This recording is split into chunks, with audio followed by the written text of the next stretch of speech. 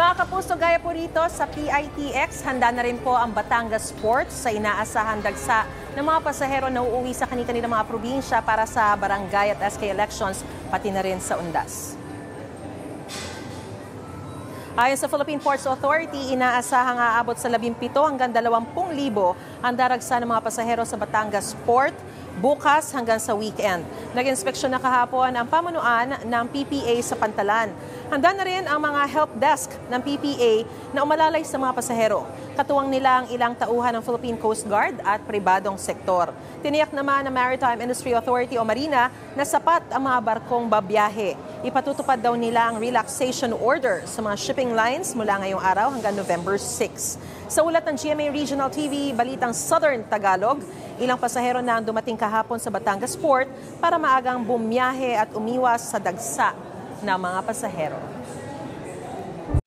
Mga kapuso, para una ka sa mga balita, mag-subscribe sa GMA Integrated News sa YouTube. Sa mga kapuso abroad, subaybayan niyo po kami sa GMA Pinoy TV at sa www.gmanews.tv.